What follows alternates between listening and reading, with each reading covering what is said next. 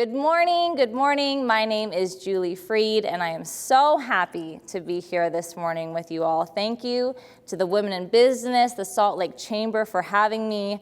I think this is such an important topic to be talking about health, especially this year, so I am just so excited. We'll dive right in. Reclaim your health, your balance, and your power. Now we're going to start with a 5-minute guided meditation.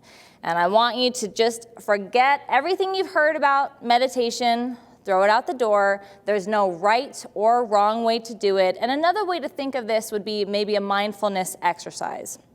So you can keep your eyes open or closed. If you're watching from home, feel free to get comfortable, maybe cover your eyes, and we'll dive right in. So all you have to do here is listen and breathe.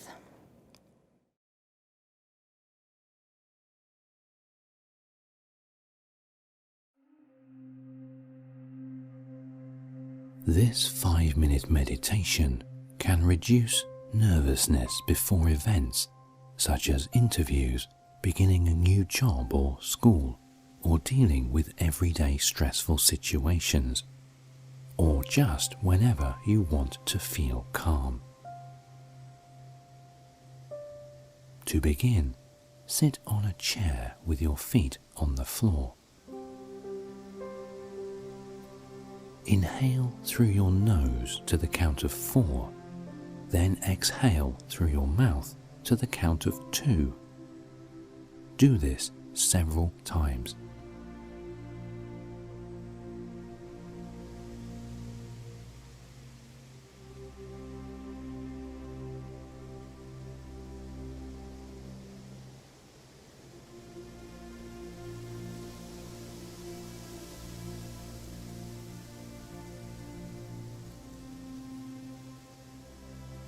Imagine that rising from the core of the earth up to your feet comes a sphere of white light.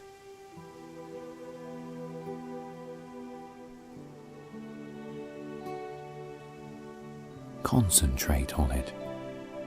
Draw it through the soles of your feet. Feel its warmth as it enters your body.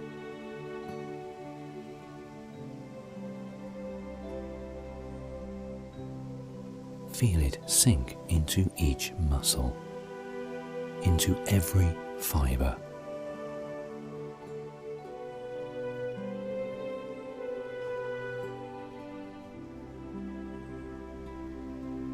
Continue to draw it upward through your calves, knees, thighs. Feel it dissolve stress and tension as if you were sitting in a warm bath.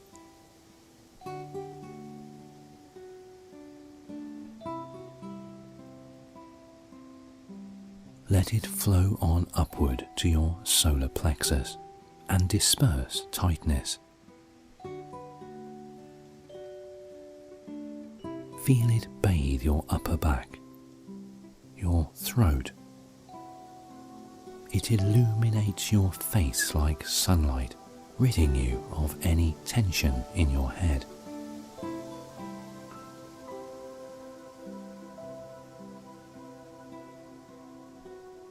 The warmth infuses you with calm and with confidence. Say to yourself, I am calm. I am centered. I am at peace.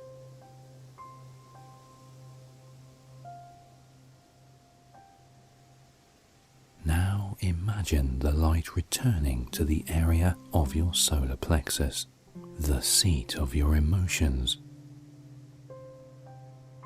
From there, it radiates out through your skin, flowing down from your head to your heels and surrounding you with a protective aura.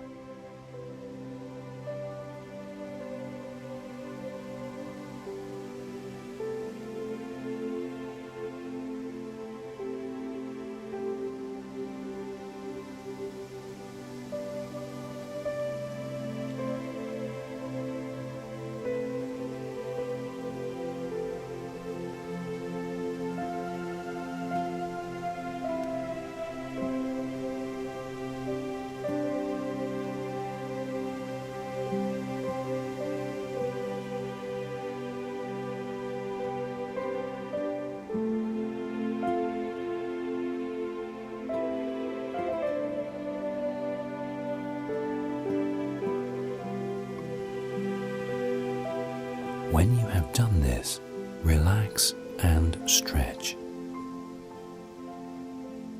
Take a deep breath. Feel the warmth and the peace of the light resting in you. And remember that it is always there for you to call upon whenever you need to feel calm.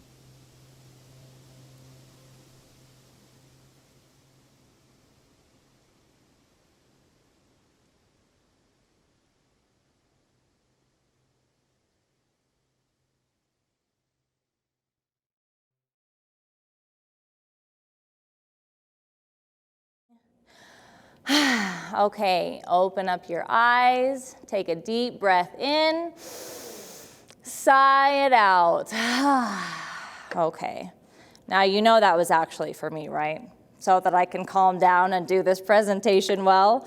All right, meditation, this is my first and probably my greatest tool that I'm going to offer you today.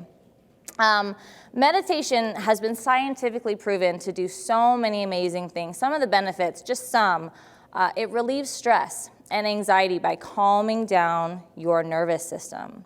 Meditation helps ground you in the present moment because anxiety happens when you're thinking in the future, right? When you're in the future, how am I going to get this done? How am I going to fit this in? That's anxiety. And depression happens when your mind is stuck in the past. So meditation, by paying attention to your breath, helps ground you in the present moment. It also enhances your self-awareness, which I think is so important, especially for women. You know, we get up in the morning, we're getting the kids ready, then we've got to go to work, and then it's go, go, go, go, go, and then after school, the kids have activities, and we're just going, going, going all day. So many times, we don't even know what's happening inside. We just don't even know how we're feeling. So sometimes it takes a second to just stop and breathe, to go, oh man, I'm feeling sad today, or I'm super anxious, I'm all over the place. It also has been proven to improve your attention span and ability to focus. So a lot of people think meditation, the point is you're supposed to sit there in a cave where it's quiet and not think about anything. That is not meditation. The idea, in my opinion, is to become the observer of your thoughts. So maybe just now while we're doing the meditation, your mind is racing, racing, racing, and it's totally normal to think, I'm not doing this right, I can't meditate. That's the point, to observe your thoughts, right? And then you don't have to become those thoughts. You don't have to attach yourself to those thoughts. So meditation is just amazing, and I have a great tip that's not cheating, okay? So I do this.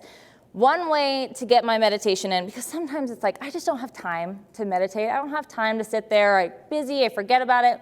Meditate before you get out of bed in the morning. So what I do, my alarm goes off, and I slip my headphones in. I turn on a guided meditation for about 5 minutes, and then sometimes I'll sit there for a couple more minutes and just breathe. And then before you even get out of bed, you've meditated. And when I do that, I'm a lot more likely to meditate throughout the day as well. So that is my first and greatest tool, is meditation. All right. Now that we're all calm and grounded, let me introduce myself. So like I said, my name is Julie Freed, and I'm the Director of Special Events at Lagoon.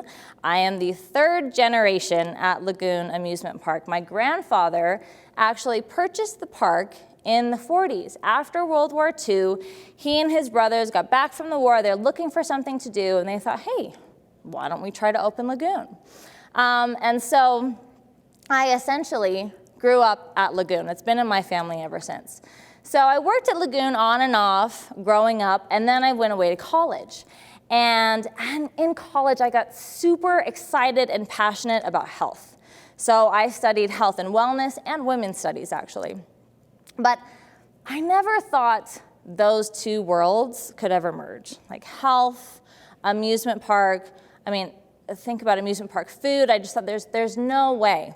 But what was really exciting, actually, when I got back from school, I realized that taking care of my health made me a better businesswoman. So after school, I came back. I've been working at Lagoon for the last 10 years, and it really didn't take me long to realize that it's all connected, right? So I didn't realize the best was yet to come. And since I've been working at Lagoon too, I've become a nutritional coach. I'm certified Whole30 coach, also a keto coach, and I did my 200-hour yoga teacher training here at Salt Lake Power Yoga, which was amazing and really opened up my eyes to this whole new world of mental health. So just this February at Lagoon, I actually started the first health initiative, and the mission was just to make our employees feel better on and off of the job. And that actually was in February, right before everything happened with pandemic. So I really just started merging my health background with my work at Lagoon. Now, holistic health, this is my approach that I've taken. Holistic health is about caring for the whole person, providing for your physical, mental, emotional, and social needs. It is rooted in the understanding that all of these aspects affect your overall health.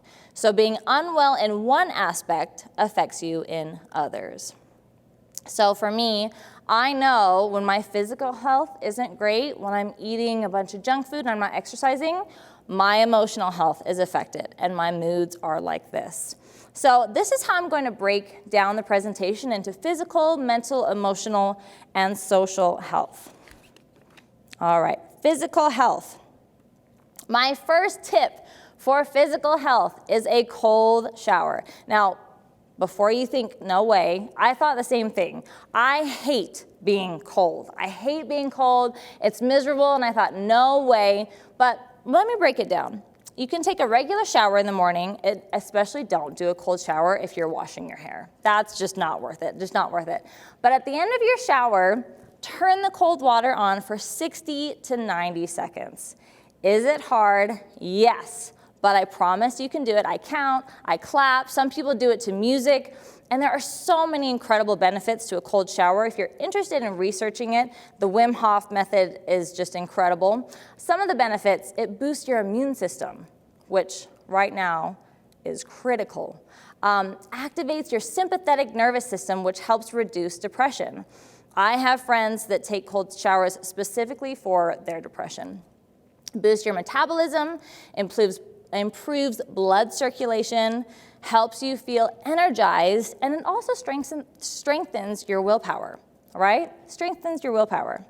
Now, speaking of willpower does not always work. There's an excellent book written by Benjamin Hardy called Willpower Does Not Work. And his theory is that you can't always white knuckle your way through something. So sometimes you have to switch up your environment to harmonize with your goals. Now, I'm sure a lot of you are thinking, okay, how can I switch up my environment when I'm working at home? How can I switch up my environment when I'm stuck in a cubicle or in an office all day? So here's some tools that I've used. The first one, this is a big one for me. Switch up where you drink your coffee or where you have breakfast in the morning. So for me, I started having coffee on my doorstep, outside.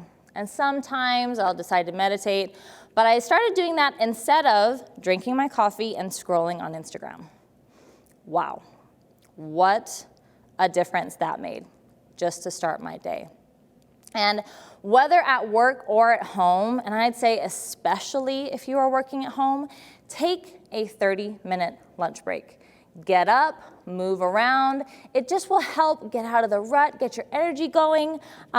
This one is really, really important, especially even in the winter. I'm never tempted to go outside and go for a walk when it's less than 30 degrees, but it's really, really good for you, good for your brain. Step away from your work for at least 5 minutes. A lot of people say, okay, I don't have 30 minutes, and that's okay. Maybe just 5 minutes here, 5 minutes there. And this will hopefully help you create a peak experience. So in the book, Willpower Doesn't Work, Benjamin Hardy talks about how you want to create opportunities to have a peak experience, which is you operating at your highest level. So when you're in the zone, when you're writing and it's just flowing, in the flow. And a lot of times, I think creative ideas happen away from the thing. So let me give an example. I came up with this entire presentation while I was on a walk in City Creek. I had sat at my desk in front of my computer for hours and hours, and I would just get distracted by email popping up or notifications on my phone, and I would just sit there and overwhelmed, like, I've got to write this presentation and I can't think, and how am I going to get it all into one? Well, one day I'm walking through City Creek. My phone, I have no service, so there's no distractions, and I was actually listening to a guided meditation, because when I walk, I prefer no music or maybe a guided meditation. And all of a sudden I was like, oh, that's what I should start with, guided meditation. And then the ideas just started flowing, and I dictated into my phone this entire presentation on the 2-mile walk down. So that didn't happen at my desk in front of my computer. And one of the easiest ways to get into a peak state, well, there's actually two: deep breathing and movement. So I was doing both of those while I was walking up City Creek and breathing deeply because of my meditation. Now, I don't have to stand up here and tell you all that you need to be eating fruit, vegetables, protein, good fat. I mean, we all know that we need to be eating healthy, right? That's not why I'm here. I'm here to help you find your why. Why should you eat healthy foods? And it's different for everybody. So this is another tool that I absolutely love. I get really, really excited about this one, because I believe that the food on your plate directly affects the way you're feeling throughout the day. Moods. Me especially. Moods. Up and down, up and down. So I'm going to help you find your why. Core desired feelings. Has anyone heard of core desired feelings? Ready? Okay.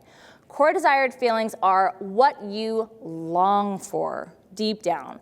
Feelings that you want to feel and experience every day, what your heart is set on, what you wish to be.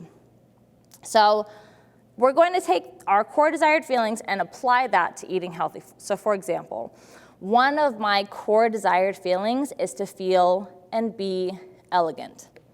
I want to feel elegant.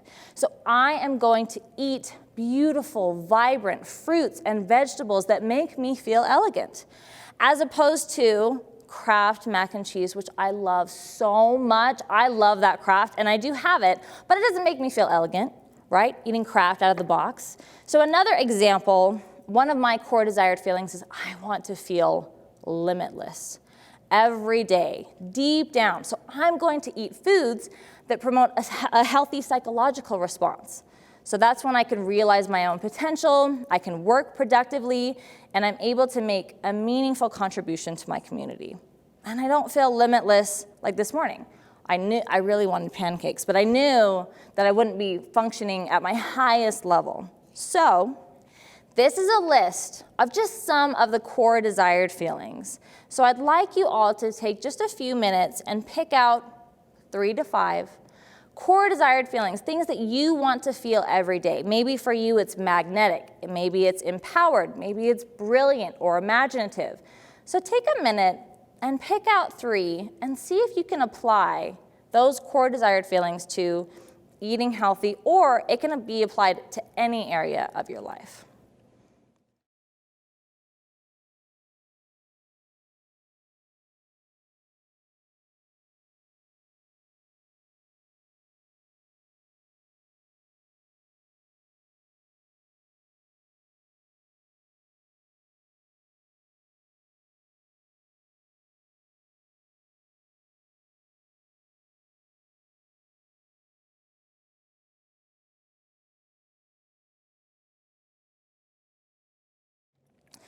Core desired feelings are important because your beliefs and your feelings affect your behavior. So if I think and believe I want to feel elegant, my behavior is I'm going to eat foods that make me feel elegant. Now that we know our why, we need to schedule. And this one, people laugh at me for this one, but this is so true. I always tell people, schedule in your grocery shopping time and your time to cook. Schedule it in like it's a meeting. Because sometimes for me, it takes hours. On Sunday, when I want to go to the grocery store and start meal prepping for the week, if I don't schedule it into my calendar, it probably won't happen. So that's my really simple tool for you, is just to make sure that you're taking time to go shopping and prepare food for yourself and for your family. Now, instead of adding in a new workout program, I'm adding in this, I'm gonna do even Whole30. I'm gonna do Whole30, or I'm adding in this new eating regimen, a new diet. I want you to think about what you can take off of your plate. Take out the excess that doesn't belong. Sometimes transformation happens from not adding things in, but just removing what didn't belong in the first place. And remove whatever doesn't belong and replace that with time to play, time to be creative. Ways that I love moving, yoga, walking, biking. I do love a good solo dance party. So while I was getting ready today, I was doing my mascara and I'm dancing, and it just makes me feel good. So just move in a way that makes you feel good. Yoga, like I said, I am a yoga instructor, and so we're gonna take a second to do yoga. Now I know what you're thinking, there's no way I'm in my work clothes. This is yoga that you can do in your office. So everybody take a second to stand up. I guarantee you, if you can move and you can breathe, you can do yoga. So make sure you have some room, okay? Yoga is also very much about breathing. So I'm going to cue breaths and movement. It'll just take a few minutes. Inhale, raise your arms up overhead, breath in. Breath out, swan dive. Just fold forward, bend your knees, drop your head. Halfway lift, place your palms on your shins, create a flat spine, head forward, tailbone back, and fold again. Inhale, high mountain reach up, overhead stretch. Exhale, swan dive, fold forward. Halfway lift. Flat spine, fold forward. One more breath in. Reach your arms up overhead. Bring your hands to heart center. Exhale. Okay, now you can sit back down. That is called a half sun salutation A. Sometimes what I like to do, if I've been sitting at my desk all day, I'll get up, I just know I need to move and breathe, and then jump right back in. So that's a little bit of yoga that you could do at your office. All right, mental health. Mental health, this excites me very much. Okay, mindset is a muscle. So we want to take that muscle to the gym. The level of success you achieve is directly related to your mindset. I absolutely believe that. Now, we're going to start talking about manifestation, which you may know a little bit about. This is my take on manifestation. So this quote is from Oprah. She said, essentially, manifestation is bringing something tangible into your life through attraction and belief. So if you think it, it will come. Manifesting is making everything you want to feel and experience a reality via your thoughts, actions, beliefs, and emotions. This is another great quote about the subconscious mind. Your subconscious mind cannot make a distinction between what you are feeling as a result of all that happens to you throughout the day during your waking hours, or what you feel as a result of what you are imagining for yourself as having already transpired while you are in bed preparing to doze off to sleep. So, your subconscious mind is the most impressionable 5 minutes before you go to bed and the first 5 minutes that you wake up. So what I have learned to do that also makes me feel great, I manifest my desires right before bed and right when I get up in the morning. And I honestly believe if you show your subconscious mind enough times, it will think it's already happened. And it's important to really feel those feelings as if it's already happened. So for me, my norm is when I get in bed at night, my instinct is to go, oh man, I didn't get the laundry done today, and I was supposed to do this, and I'm going through my to-do list, all these things I forgot. A lot of times it's like, oh, I shouldn't have had that 5th cookie, maybe 4 would have been plenty, thinking about what I ate, what I did wrong. We want to switch that. So instead of doing that, Replace that negative that negative list with positive feelings that you want to say to yourself. So, an example, when I get in bed at night, instead of going, oh crap, I didn't do this or that, I say, I am open and receptive to all of the goodness and abundance that the universe has to offer. I am thrilled to be in perfect health. I am so happy that my children are in perfect health. I am useful and timeless at every age. These are things that I say to myself, and I really believe it. Another example that I like to use a lot is, I am so fulfilled in my career that allows me to expand beyond my potential. Now, you may have noticed all of those phrases start with I am. So we're going to talk about positive affirmations. Only put powerful words after I am. I am fulfilled. I am loved beyond measure. I am brilliant. I am the healthiest I've ever been. So I have a tip. This is something that I did it's great. This is great. So I write down at least 3 affirmations on a piece of paper, probably a bit smaller than this, and I tape it on my bathroom mirror in the morning right where I stand. So for me, when I get up in the morning and I look in the mirror, instead of analyzing what my body looks like, what my face looks like, I see those affirmations. And instead I'm like, oh, I am strong. I am powerful. I am brilliant. It's one of my favorite things that I do in the morning. Emotional health. Now, emotional health, this is probably not going to be what you're expecting, but I think it's something that's really important to talk about. Has anyone heard of toxic positivity before, or false positivity?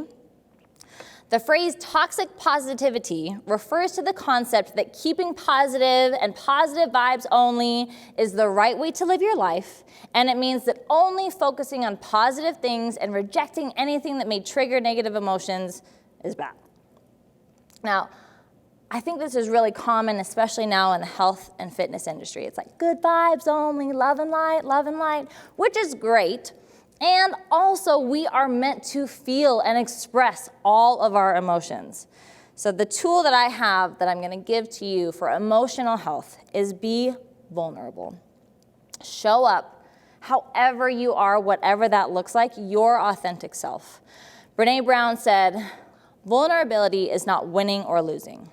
It's having the courage to show up and be seen when we have no control over the outcome. Vulnerability is not weakness. It is our greatest measure of courage. I say this because when you don't show up vulnerably, especially if you're having a hard time, 2 things happen. Number 1, if you think, okay, I'm having such a hard day, but positive, you shove those emotions down. And I promise you, they never leave unless you face them. So shove down. The second thing that happens is you don't allow your support system, your people, your tribe to show up for you because they don't know that you're having a hard day. They don't know. And the people around you that love you, they want to support you.